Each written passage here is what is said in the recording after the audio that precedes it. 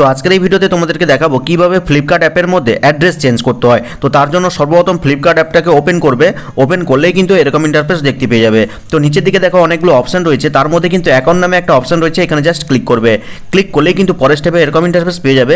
তো কিছুটা নিচের দিকে যাবে, নিচের দিকে গেলে একটা অপশন পাবে যেখানে লেখা রয়েছে সেভড অ্যাড্রেস। তো এখানে জাস্ট ক্লিক করবে। ক্লিক করলেই কিন্তু ফ্লিপকার্ট অ্যাপের মধ্যে যতগুলো অ্যাড্রেস আগে থেকে দেওয়া রয়েছে সেগুলো শো করবে।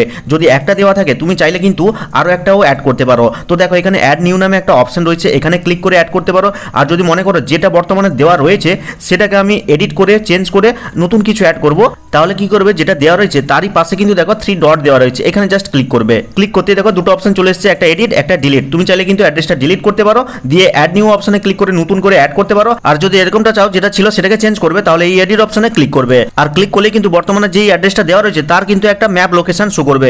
এখন চাইছো তুমি চেঞ্জ করতে, তো চেঞ্জ করার জন্য দেখো উপরে কিন্তু সার্চ বার রয়েছে।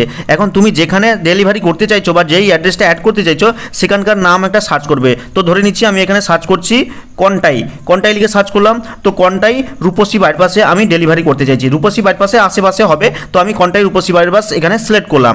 ক্লিক করার পরে দেখো এখানে কিন্তু ম্যাপটা চলে এসেছে। তো দেখো এখানে কিন্তু নিচে চেঞ্জ হয়ে গেছে, যেটা আগে ছিল সেটা কিন্তু এখন নেই। দেখো এখানে কিন্তু কন্টাই বাইপাস এসে গেছে এবং তার পিনকোডও চেঞ্জ হয়ে গেছে। আগে কিন্তু আমার অন্য পিনকোড ছিল।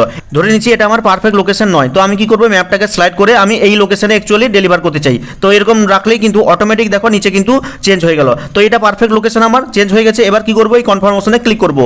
আর কনফার্মে ক্লিক করতে দেখো উপরে কিন্তু লালগুলো পুরানো অ্যাড্রেস এবং নিচেরগুলো নতুন অ্যাড্রেস দেখাচ্ছে। তো তুমি কি করবে, জাস্ট এই আপডেট বাটনে ক্লিক করে দিবে। আর এটা করলে কি হয়, শুধুমাত্র পিনকোডটা চেঞ্জ হয়। তো দেখো এখানে কিন্তু পিনকোড চেঞ্জ হয়ে গেছে, কিন্তু আগে যে ফ্ল্যাট, হাউস, বিল্ডিং নেম বা আমার নাম বা মোবাইল নাম্বার সেগুলো কিন্তু সব একই আছে। তুমি এখন কি করবে, এখানে ক্লিক করে সব কিছু যেটা করতে চাইছো সেটা বসিয়ে নেবে। তো আমি এখানে জাস্ট কন্টাই লিখে দিলাম, ঠিক আছে, কন্টাই লিখে দিলাম। নামটাও আমি চেঞ্জ করে দিলাম রমেশ মাইতি। ফোন নাম্বারটাও যেটা দেওয়ার সেটা আমি এখানে দিয়ে দিলাম। দিয়ে কি করব, এই যে আপডেট অ্যাড্রেস বাটনটা রয়েছে এখানে জাস্ট ক্লিক করে দেবো। আর ক্লিক করতে দেখো আমার পুরানো অ্যাড্রেসটা কিন্তু চেঞ্জ হয়ে নতুন অ্যাড্রেস এখানে অ্যাড হয়ে গেছে। এখন আমি যখনই অর্ডার করব তখন এই অ্যাড্রেসটা অ্যাড করলে কিন্তু এই অ্যাড্রেসে আমার প্রোডাক্ট ডেলিভারি হয়ে যাবে। এইভাবে কিন্তু নতুন নিয়মে খুব সহজে তুমি ফ্লিপকার্টের অ্যাড্রেসকে চেঞ্জ করতে পারবে। তো ভিডিওটা ভালো লাগলে লাইক করে চ্যানেলটিকে সাবস্ক্রাইব করবে, কমেন্ট করে জানাবে কেমন লাগলো আজকের এই ভিডিওটা। তো দেখাচ্ছে পরবর্তী কোনো এই ধরনের হেল্পফুল ভিডিওর সাথে।